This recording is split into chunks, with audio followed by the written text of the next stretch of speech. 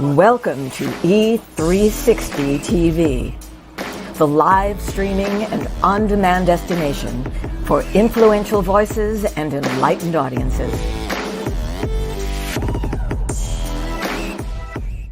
We offer trending, grassroots, and purpose-driven content across a diverse range of interests. E360 TV is more than just watching programs. We offer the ability to interact with live shows connecting audiences to real, authentic influencers and storytellers while streaming to millions of devices.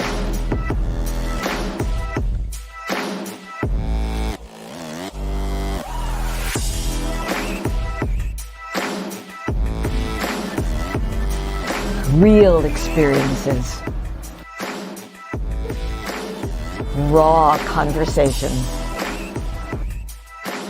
One destination for it all. E360 TV.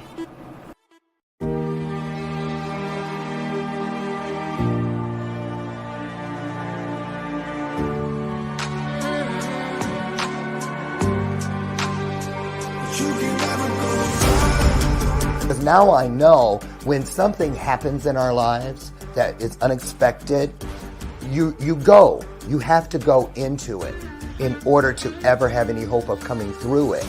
So when you go, guess what? When you come out the other side, you grow.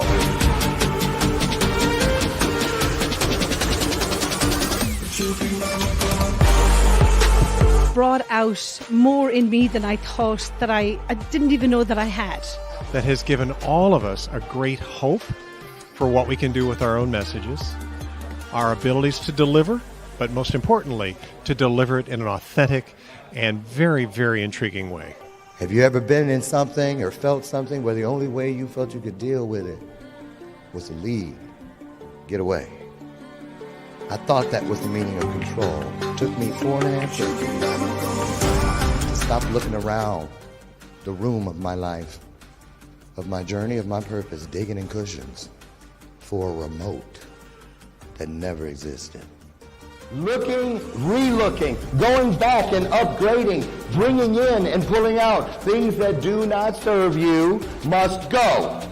Those things out in this world that are designed to bring us down, to keep us down, put their foot on our neck and whisper to us that we're never good enough, they don't whisper. They yell at us from all directions, top to bottom, bottom to top, side to side, side to side, corner to corner, and corner to corner, 365 days. When somebody asks you about yourself, don't you dare whisper. When they ask you to raise your hand, don't you dare half raise it. When they ask you something good about you, you scream it with all you have. Come on now, get up, get up.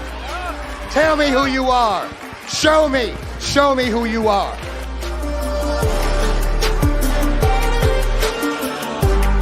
Greatest truth of all, that not everyone has to remain lost.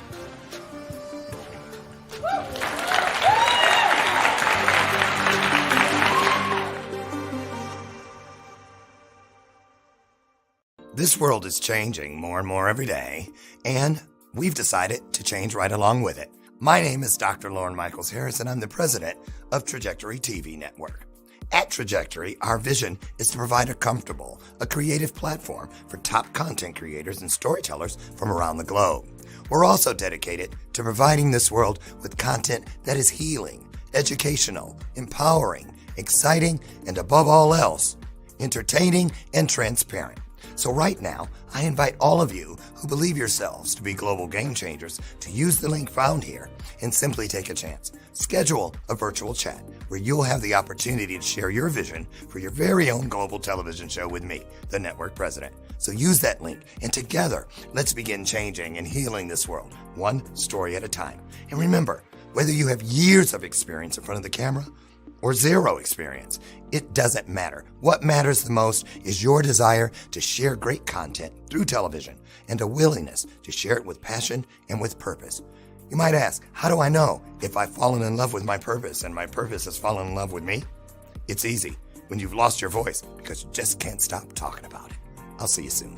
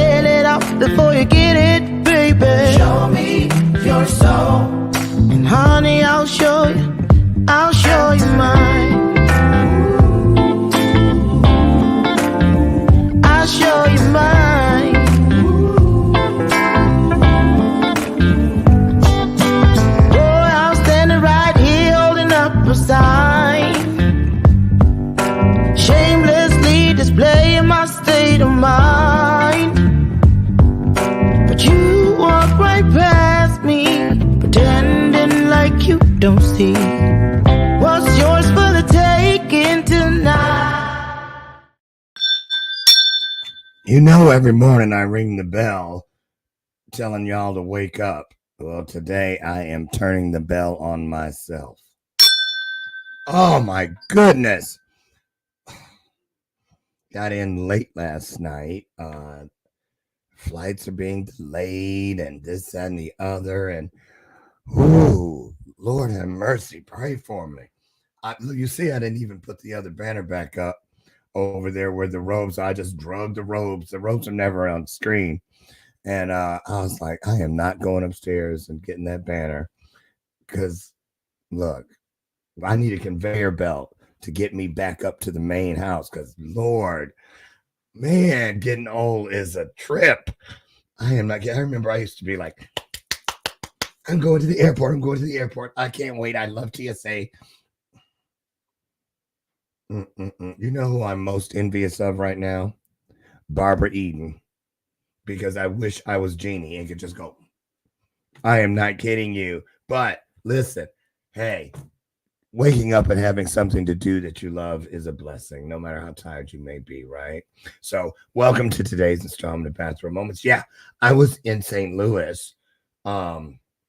Me in St. Louis. I was there all weekend. Great event. It really was. Hats off to Brenda Ringwood, Terrence Lethbridge, and all of the Becoming the Best You team. They really knocked it out of the park. And they knocked it out from 8 in the morning until the wee hours of the morning. That's all I'm going to say about that. Yeah. But yeah, met a lot of great people. Got to unveil my new work for the season, entitled Creating Divine Memories. And the interesting part about that is I came to that choice through an ancestral experience that I had in my driveway. And I'm going to talk to our guest today because he works with people on that very sort of thing. So he was here, I think it was about a year ago. He tells me, I asked him this morning, Gary Stewart. He sent me a guest not too long ago. So I was like, well, wait a minute. It's been a minute since Gary's been here. Let's get him back. I heard you before. Welcome, Lucy. Girl, needy much? What about me? I'm kidding. This is my sidekick. She's my Ed McMahon, Lucy McGillicuddy Ricardo. And that is the bell of purpose. And you know why I have it, why I ring it, so that you don't miss some truth. So back to Gary. So Gary, I've never met anybody who does what he does. And I was involved in something with him last year. I let him tell you about that. But he is a 5-time #1 international best-selling author. Get this. He's a constellation facilitator. Right. Now, don't get me to try to explain that. I'm going to let him do that. He is an oracle card creator. He's a speaker, and he's worked in the healing arts for over 30 years, and actually says that he has facilitated over 16,000 family constellations, helping thousands of constellation workshop attendees. He puts it right out there that all the work that he's done has put him on the cutting edge, where he applies his techniques to expand consciousness and resolve lifelong challenges, stagnation, and the breaking of negative family patterns. There's a whole bunch of certifications and things behind his name, but you just need to experience Gary to know what this gift of his, and it really is a gift. I've experienced it personally. So he's got a lot of new stuff he wants to share with us today. So without further ado, put some hearts on the screen, even if it's the replay you're watching. I'll see them later, but it is not what I see. It's what the universe sees. Bless in the manner in which you'd like to be blessed. So even virtually, we can give a standing ovation. Throw some hearts on the screen as we're joined by our good friend, Gary Stewart. Here he comes.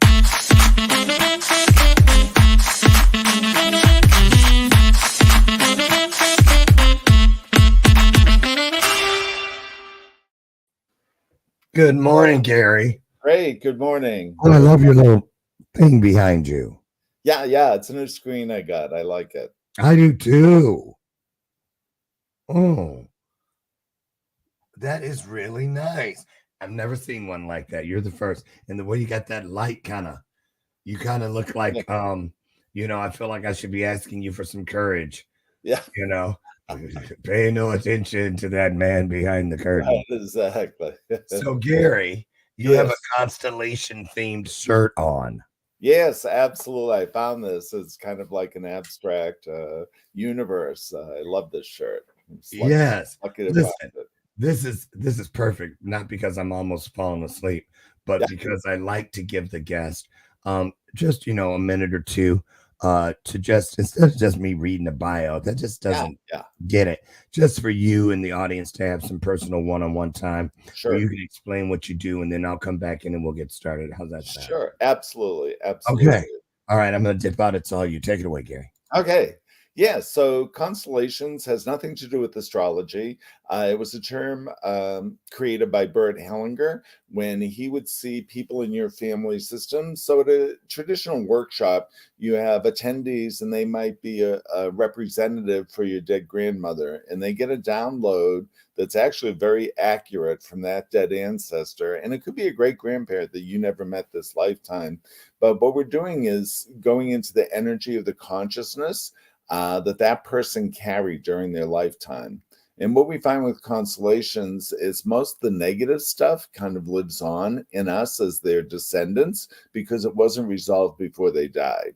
So what's interesting about the constellation experience, we can set up many things. It can be used for organizations. You need a book title for your new book, and you have 3 choices. And the people in the field, like the audience attending, will decide if they like A, B, or C. So that works for organizations, book titles, pricing for your business or product. And but more importantly, we all have a lot of ancestral baggage that's not even ours. Now, one reason we have this is because basically our DNA, it's kind of funny, is recycled. We have a bit of our fathers, a bit of our mothers. Of course, we're a new being, but at the same time, we have the entire history of 2 family bloodlines that make up our DNA. So if your ancestral great-grandfather had trauma, you may carry that even though you didn't have the traumatic experience. As the Bible says, sins of the father end up on the sons or daughters, make it gender for everyone. And so what we find is we're carrying stuff that doesn't belong to us. So constellations, actually, the live process shows you what needs to be healed or sent back to the past so you don't have to carry it in the present for the future. Because ultimately, we're the dreams come true of our ancestors. We have a life that they couldn't dream of living. So we have an opportunity to maximize that. and not carry the pain and anguish that they went through. So ultimately, it leads me to the realization that everything's a gift. The fact that we're even alive is a gift, considering some of the people that were tortured in their lifetime, whether it was slavery, genocide in Nazi Germany, starvation in Ireland. Just think of all the baggage that people might have died from, and yet we're still here. So that's kind of the miracle of life. And talk about creating divine memories that Lauren was talking about. We are the divine memory of our ancestors. Oh, that's so interesting. Gary, because I have some real deep questions this morning. Because I'm up and ready, even though it's I early. see that. Yeah, because, well, interestingly enough, I had this ancestral. You got to be careful how you say that name because it could sound like something else. Yeah. Right. I had my own personal ancestral experience, which I'll talk about with you after you and I had that session. Do you remember? Yeah. Yeah. Yeah. So I want to talk about that because I think it cleared something that made what happened with me possible. But let me ask you this. First of all, how did you find your way to this work? I mean, it's not like you were looking in the want ads and somebody said, Well, in a way, I was. That's what's funny. There was a Whole Person magazine in Los Angeles with all the alternative healers, and someone had a little strip ad. What if the pain you're carrying is not yours? And I went, bingo, I totally get that. So I called the person. They had just moved to LA from Europe and said, I'm trying to get this modality exposure in LA. And I was doing massage and healing. And I was looking, I said, there's something out there I'm supposed to do. I don't know what it is, but it has something to do with energy. And sure enough, it was like, boom. And so she invited me to a workshop in a living room. She was just getting started in Brentwood, California. And she said, oh, I need someone to step in for a great grandfather. And I said, okay, I'll just stand there. I get this huge download that he was a farmer. Everyone left. He died depressed on his farm and just was forgotten about. And it happened to be in Lithuania. And I know nothing about Lithuania. And I said, where did this information come from? What did I just tap into? And it was absolutely amazing. So the resolution that came through, the client's problem, she said, I don't know who I am and I don't know why I feel this way. The minute we sorted out that we got back to her roots, that she's Lithuanian and the ancestors were forgotten about in the old world, so to speak, she was fully conscious and present. And we both were crying together saying, wow, it was like the reuniting of her with her ancestral lineage. And it was just the most amazing experience of my life. I said, I have to learn this technique. This is wow. So I've experienced. Well, yeah. I mean, it's not something you hear people talk about every day. Now we do hear people from time to time talk about that thing known as generational curses. Yes. Yeah. And that sort of thing, which kind of fits in with that biblical reference you made. Yeah, absolutely. Yeah. Okay. But that's where a lot of people leave it.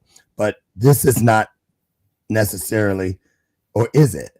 Well, sometimes that does show up. I'm not a big believer in witchcraft and all that stuff. I mean, it does exist, obviously, but there are kind of curses, and I've dealt with it many times. Actually, it shows up more in broken relationships. I've had a lot of clients who the father or mother might have dumped the person they were going to marry because they knocked up somebody.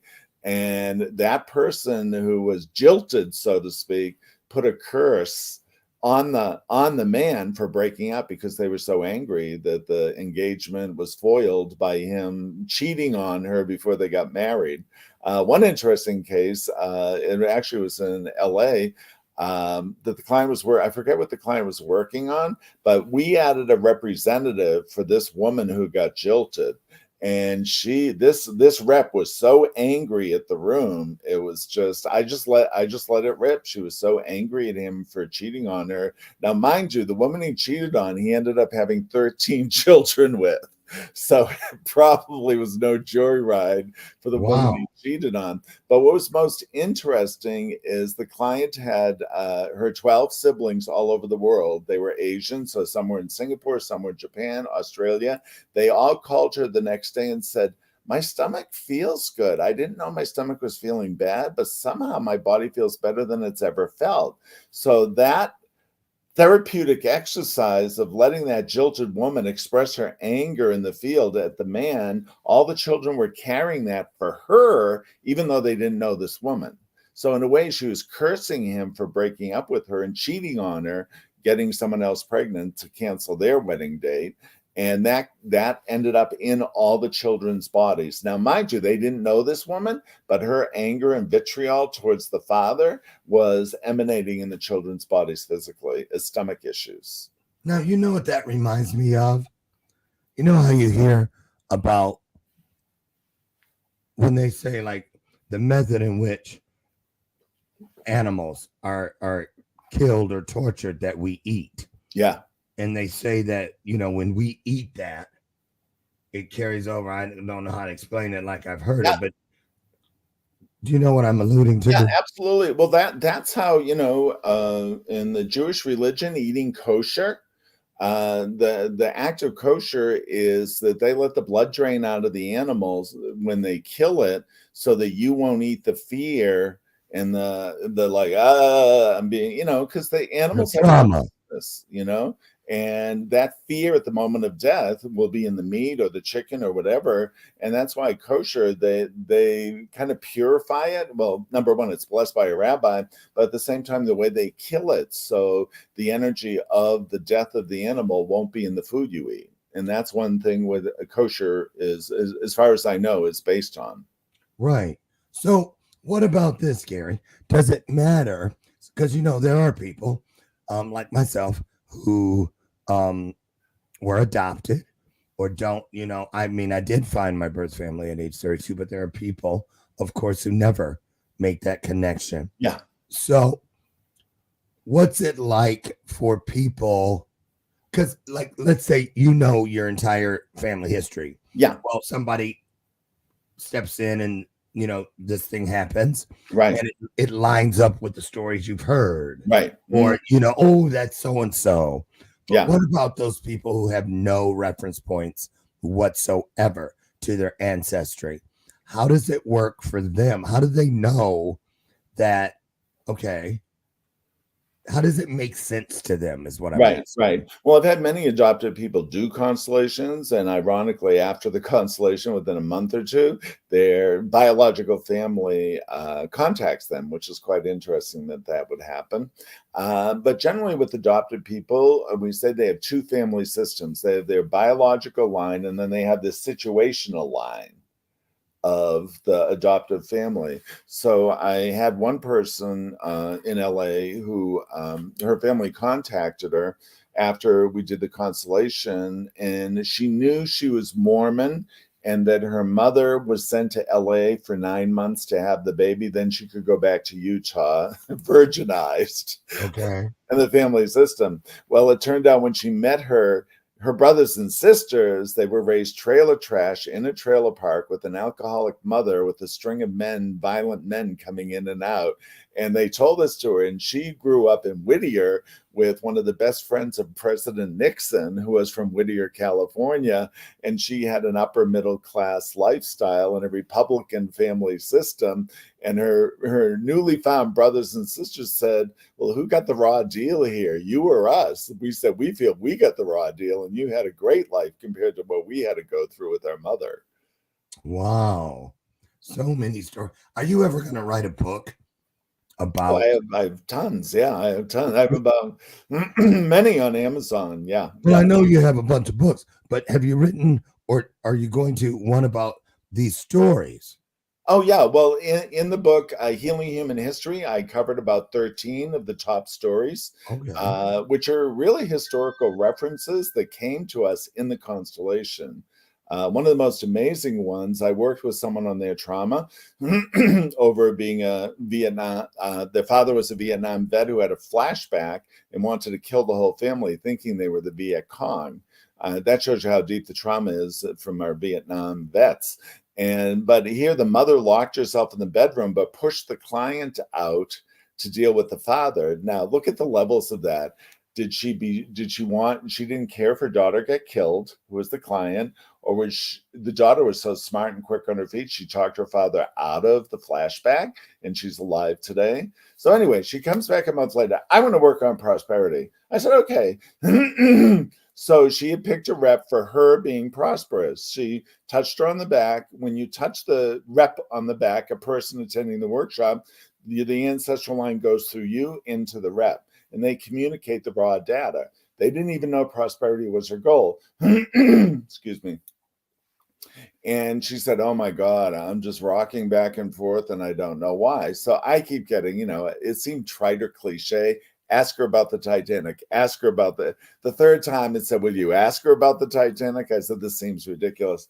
I said, I keep getting guided to ask you about the Titanic and I don't know why. And she said, oh, my great grandmother was the first one on the lifeboat in the Titanic. I said, why didn't you put that in your questionnaire? She said, you wanted me to go back over 100 years? And it was absolutely amazing.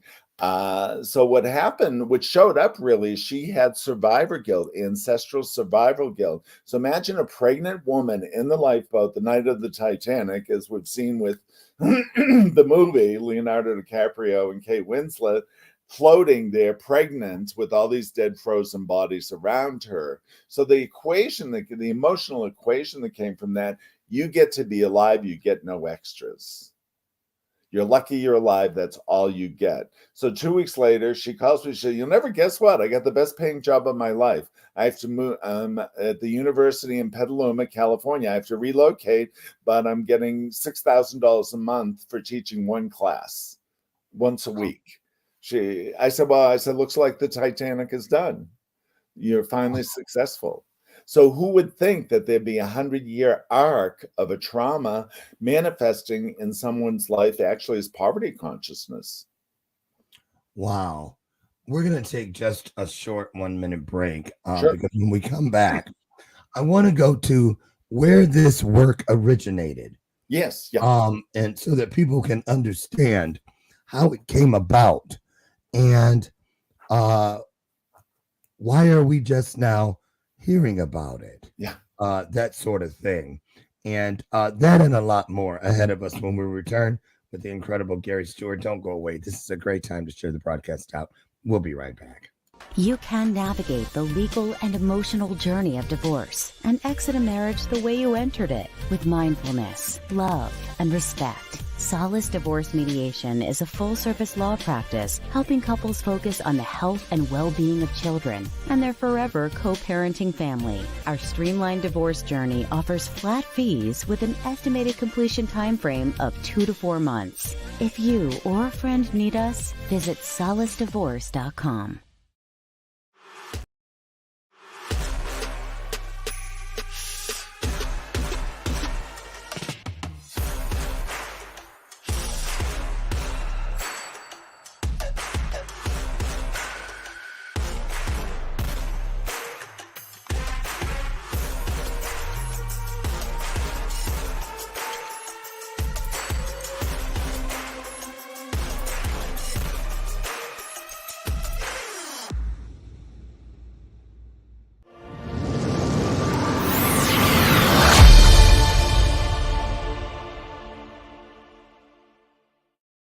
See how quick that was? Told you we'd be right back.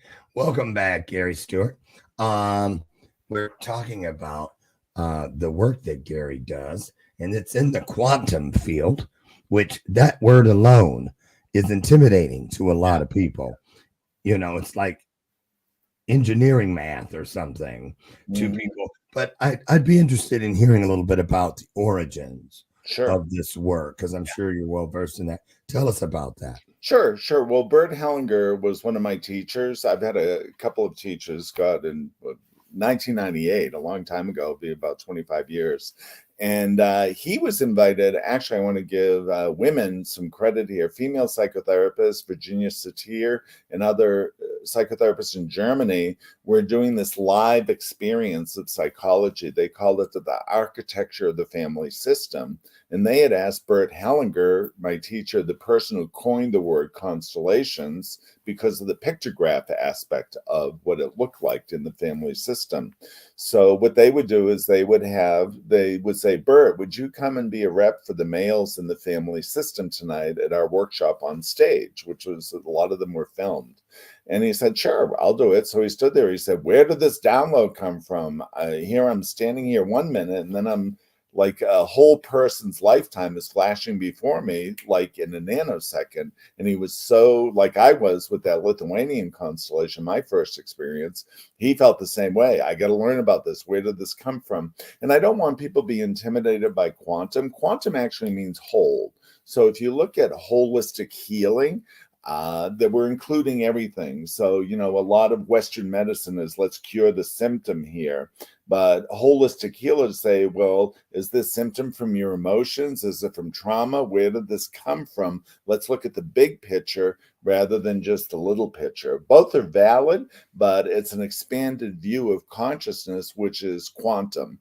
And Einstein was even a fan of that. He said, I could never develop what I developed without going into my imagination, which his imagination was the quantum realm of trying to figure out the universe through mathematics, coming up with the EMC squared equation to understand the general theory of relativity.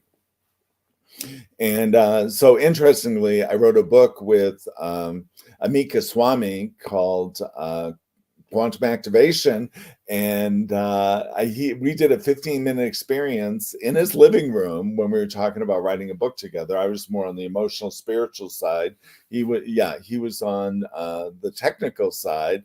And in 10 minutes, I gave him his whole life story, what happened in India, about his mother having a miscarriage between child 3 and 4, and the father was this, and he said, well, how did you come up with my exact history? And I never told you anything. I said, I tapped into the quantum consciousness of your whole family system. And in 10 minutes, because I've been doing the work for 25 years, at that point, it was about 23 years. And he said, I have to rethink the universe, that you could access that without me telling you anything about my childhood or what happened to me in India. So it's like consciousness is out there. It's out there for everyone. A lot of people think like spirit or consciousness is owned by the church or whatever. And they like you to believe that, but it's equal for all to share. We all share it. Sometimes, the insights that I get, there's only one consciousness and we all share it. Right. It's how we get to that is different. But as the old saying goes, all roads lead to Rome. So no matter if this path is better for you, great. If this path is better for you, if Constellation does it, great. Whatever path you get there for deeper understanding is the best path for you. Absolutely. What about, I would imagine that from time to time, because a lot of families are embroiled within secrets. Yes, absolutely. Family secrets. Yeah. What happens in this house stays in this house. What about when something comes forward that people weren't necessarily looking for? All the time. And the biggest, what the biggest one is? Incest, secret sexual abuse. Hands down, more women than men, but it's in a lot of family system, and it's kind of the darkest, dirtiest secret. And it really liberates people when it comes out. And I was working with a woman with inoperable liver cancer, and she was older, almost 80.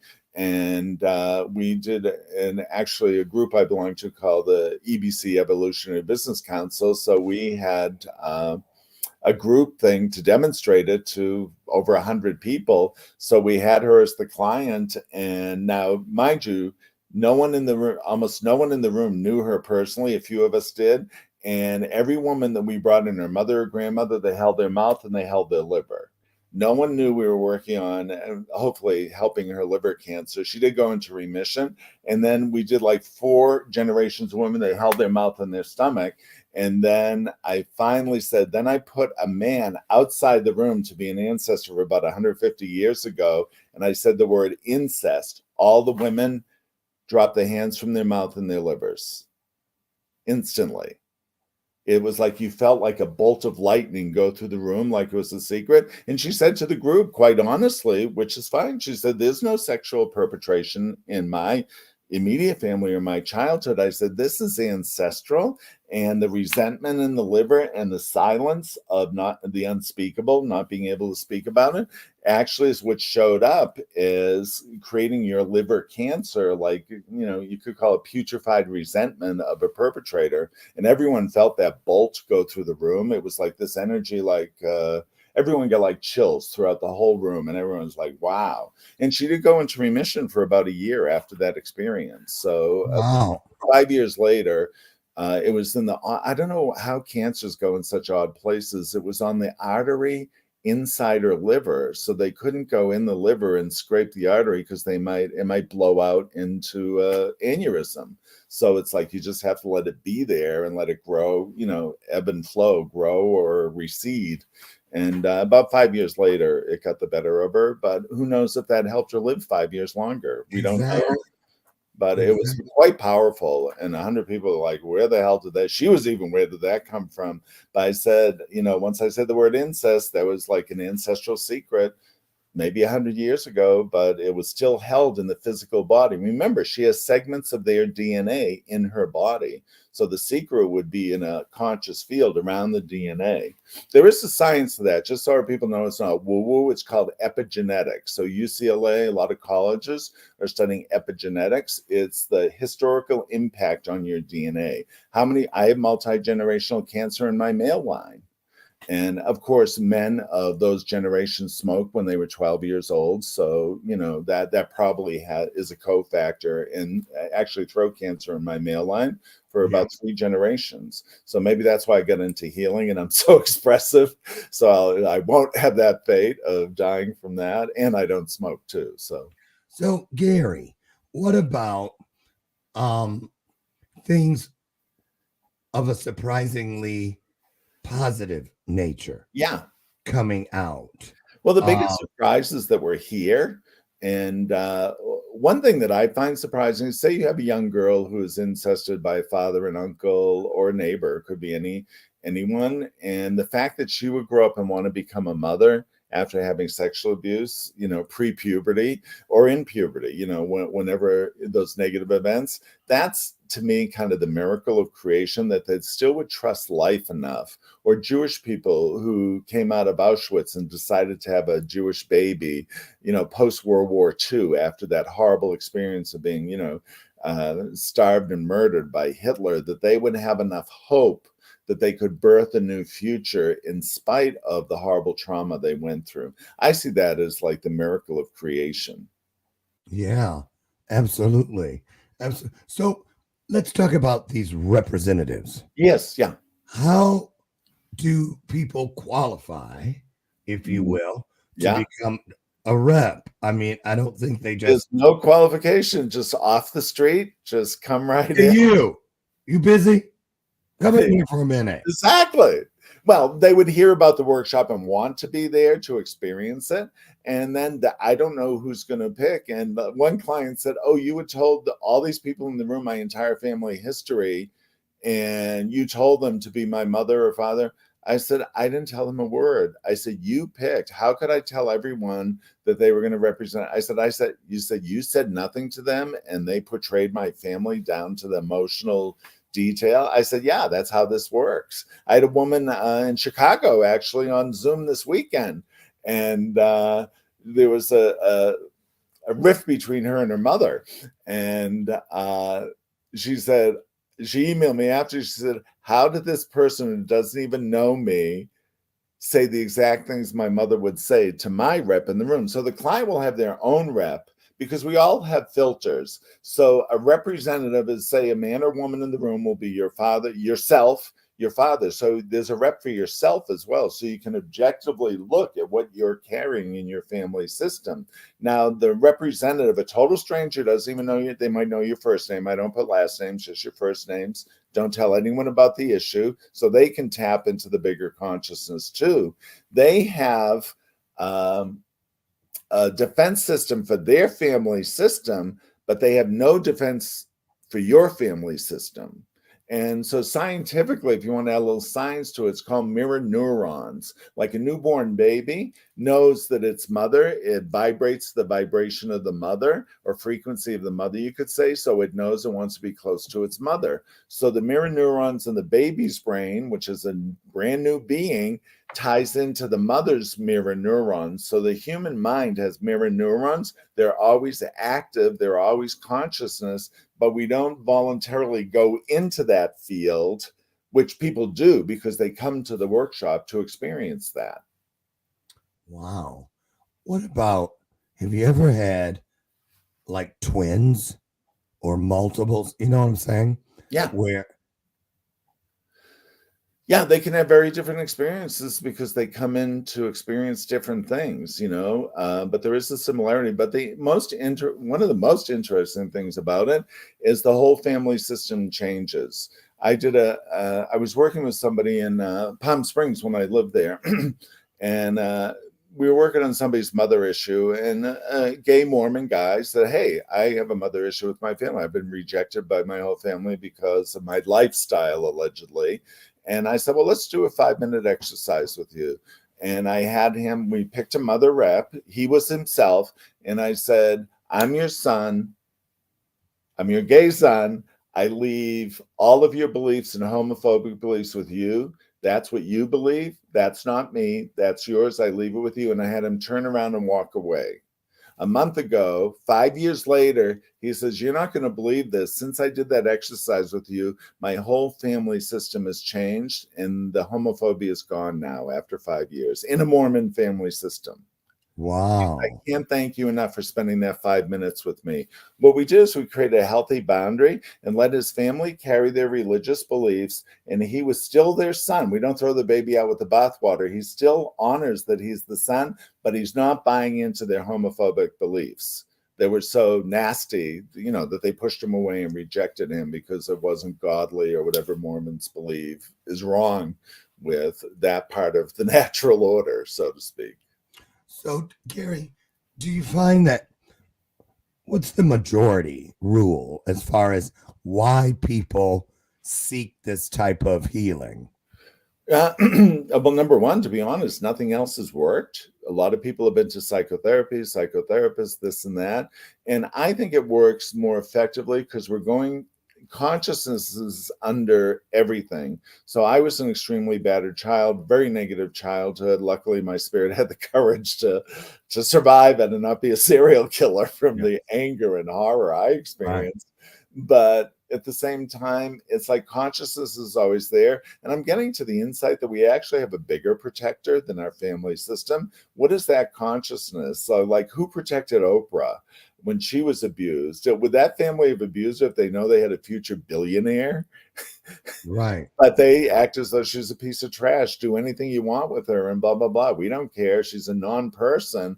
Well, look at probably 50% of planet Earth know what the word Oprah means. So here's the conundrum. Would Oprah have become Oprah if she didn't overcome those obstacles through her spirit to be a leader on planet Earth, a conscious leader, compassionate conscious leader on planet Earth? Would that have happened if she didn't rise from the ashes, so to speak, like a phoenix? Right. So did that serve her in a different way? Now, other people, of course, would be alcoholics, depressed, use fentanyl, kill themselves over the same pain. They would take that path. Well, I'm going to exit. It's too painful on earth. I'm going to overdose and die.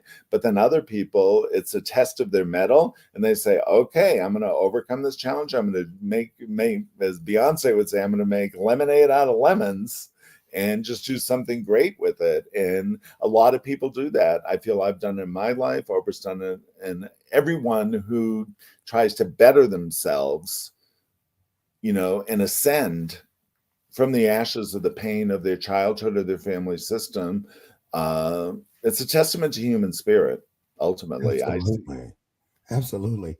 Oh, for sure. So personally, as a facilitator of this work,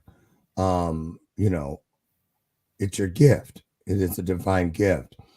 And with that, I'm sure most of us who work through our divine gifts, creating that what is referred to as that low-hanging fruit Yeah.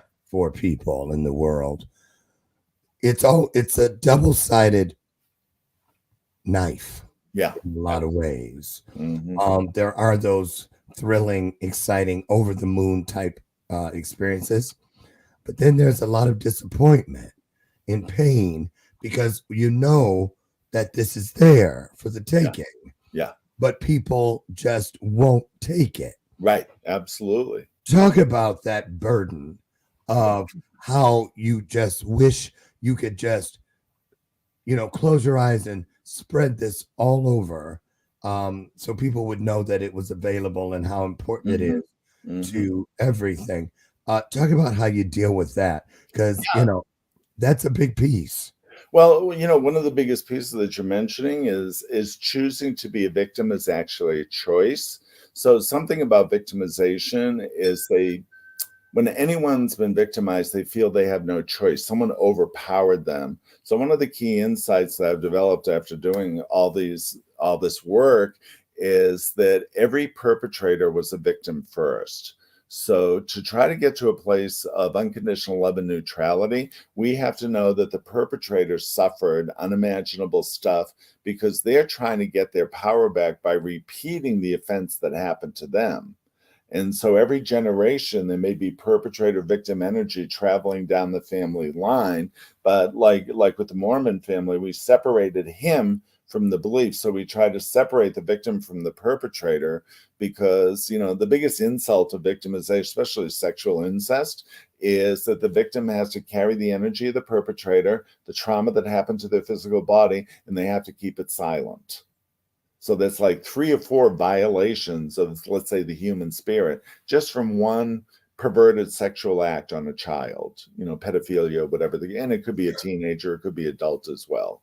It can happen, rapes happen all over the place too, and I've dealt with that too. When people are older, it turns into sexual violence, So having compassion for the ancestor, that it doesn't mean you have to forgive them. Just understand that they were victimized and they're trying to get their power back by repeating the same thing. It's not to let them off the hook, but it's to see the bigger picture that everyone is suffering. Now, here's a bizarre thing that might challenge the audience.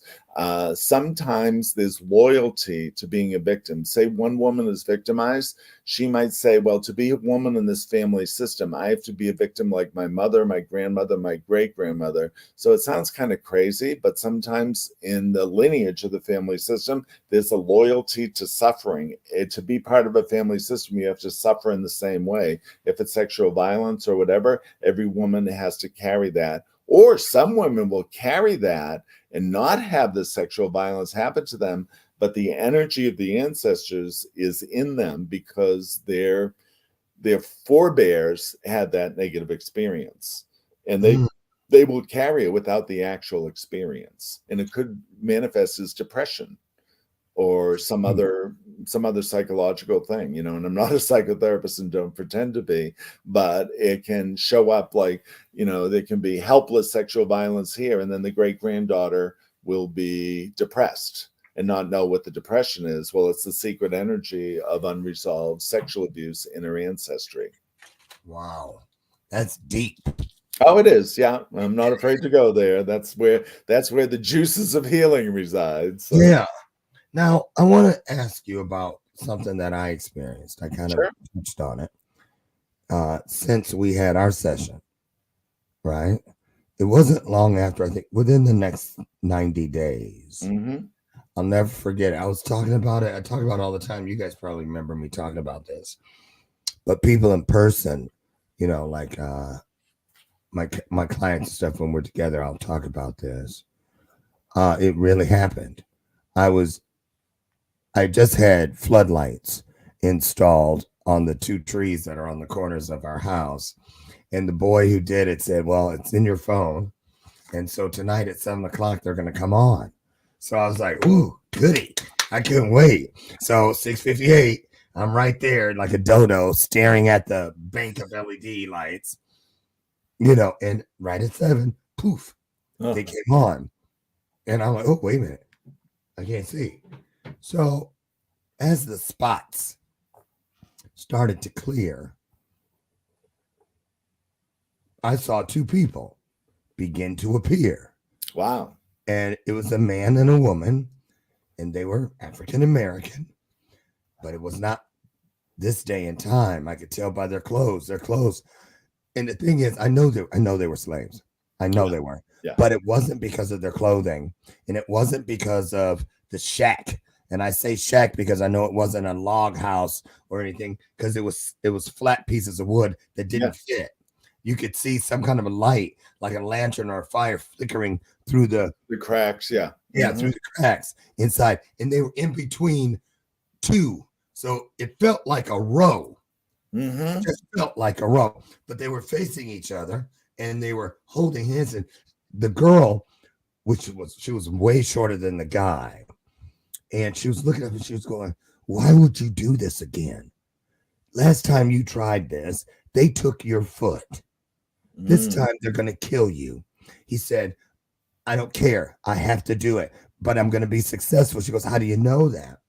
He goes, "Because this time, first of all," he goes, "for two reasons." He goes, "First of all, this time I'm not running from something. Mm-hmm. I'm running towards something." And she goes, "And what's the second reason?" He goes, "Well, this time I'm not even running for me." Mm-hmm. She goes, "Well, if you're not running for you, who in the world could you be running for?" And I promise you, because I'm standing back here, they're in front of me. I'm like going like this. Right, exactly.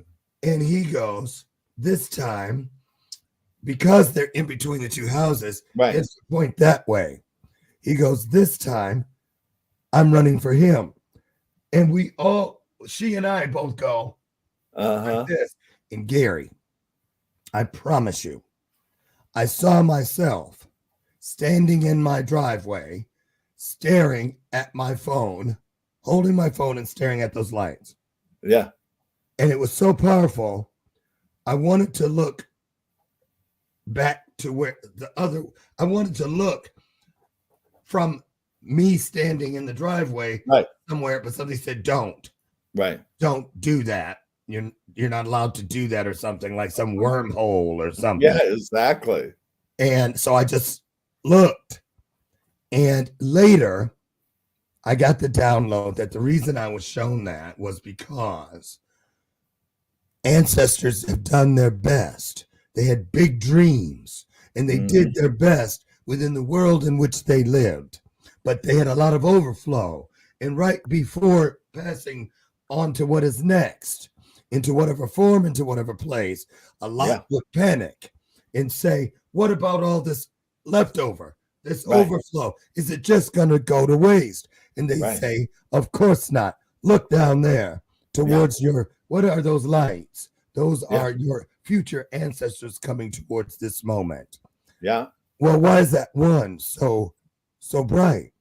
And they go, "Well, that's Larry. He will begin life as Larry, but he will be known as Lauren." Well, is he going to do something? He's going to do great things. So if I leave what I have left to him, you're saying that's exactly what we're saying. And then the ancestor said, "Okay, I bequeath all of my overflow to him." Absolutely. And so I've never talked to anyone other than just sharing the story. Really speak to the ancestral piece.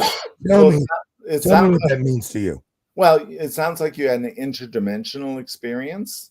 Where kind of were they communicating verbally, or was it like a telepathic back and forth? I was watching the conversation. Oh, wow. As if it were in real time. Wow. But it wasn't like they knew I was there. Right, exactly. That's fascinating. Like it happened somewhere in time. Yeah, that's fantastic. But I would call that an interdimensional experience. Somehow their timeline showed itself to you in real time, and that's really a divine experience. I mean, that's amazing, absolutely amazing. So when you hear that, you don't automatically think, because I don't share it often, because I say, they're going to think I'm crazy. No, I don't think so at all. I think that's a very special. Yeah. Because, what if all times exist? A lot of people that have had near-death experiences, which I find fascinating, it's like all those timelines are existing at the same time. You know, I've had sometimes when I go to sleep, I get images like I'll see a black hole and I'll just kind of go into it. Then I'll see Native Americans on a plane with horses or whatever. And I'm saying, wow, what am I tapping into that I see all these Native Americans, you know, on a plane? Yeah. And I just watch, you know, what shows up in my that quasi conscious between waking and sleeping, what shows through. But you know, some people, a term for that that's common is called a bleed through. It's like one time dimension bleeds through the current. Many movies have shown this kind of thing cinematically, and it was like almost like you had an interdimensional bleed through of the actual physical past in your presence for you to I'm telling you, witness. and it is a divine memory. It's It led me it's sacred that happened to. sacred. Yeah. Because I'm going to tell you, every time I talk about it, I can smell the wood Yeah. that I smelled burning on the air. Mhm. I can, and I started to say, it wasn't the housing, it wasn't the clothing, the way their hair was that let me know 100% that they were slaves. It wasn't even those things. Yeah. The defining characteristic was their skin. There was like some kind of a dusting, some Uh-huh. spiritual dusting covering them. Yeah. That it was, I don't even know what it was, but Yeah. I remember I was fixated looking at it. It was just amazing. And so, and it happened. It's got to be like 90 days after we did our thing together. Yeah. Well, we open a larger conscious field with this. I mean, how is it that the biological family within 30 to 40 days after constellation would contact the client? She's never had contact her entire life till right after. So sometimes I feel like the constellation, when that shows up as adoption or whatever, it puts an energetic buoy out there in the universe, like, hey, I'm here, don't forget about me, I'm still in the ocean of life with you. And then they almost energetically feel that, and they make contact with her. And a lot of family systems I work with, I say, don't talk to your mother about this, don't, and they'll start saying things. You know, my mother had in LA, the rep felt my mother was sexually abused. And I said, I've thought so too my entire life, but she never spoke about it. Sure enough, I went home for Thanksgiving. I used to fly back on the holidays. And sure enough, at Thanksgiving, she said, oh, by the way, I was sexually abused when I was 4 years old. She never said that. But within a few months after I experienced the constellation, she started talking about that part of her life, which she never told any of us. Wow. And it's absolutely fascinating. So it opened something in her field. Yes. So we're really opening the consciousness of the entire family system. And And it's not they start to reveal secrets.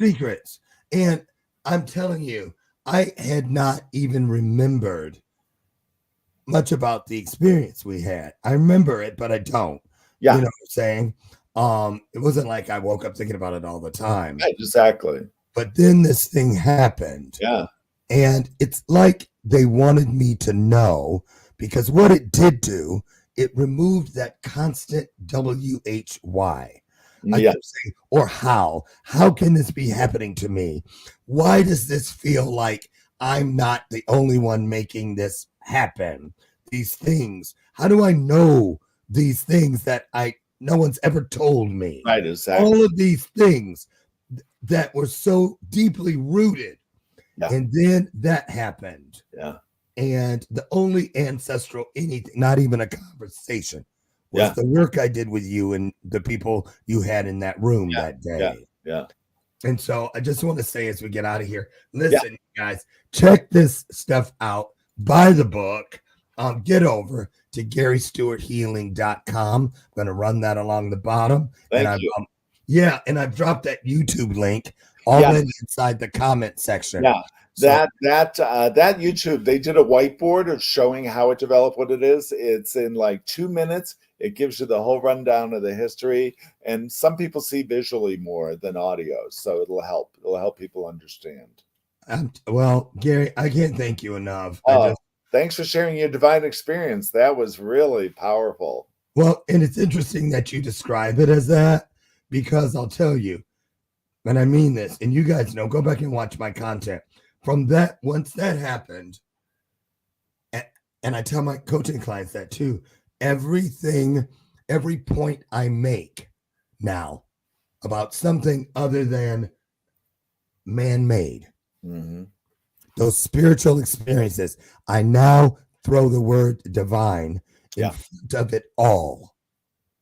Yeah. In front of it all. And it changes the spirit. It's like a brand new envelope in which I put the letter of purpose within. It's a different kind of a stamp that goes on the envelope. It changes everything.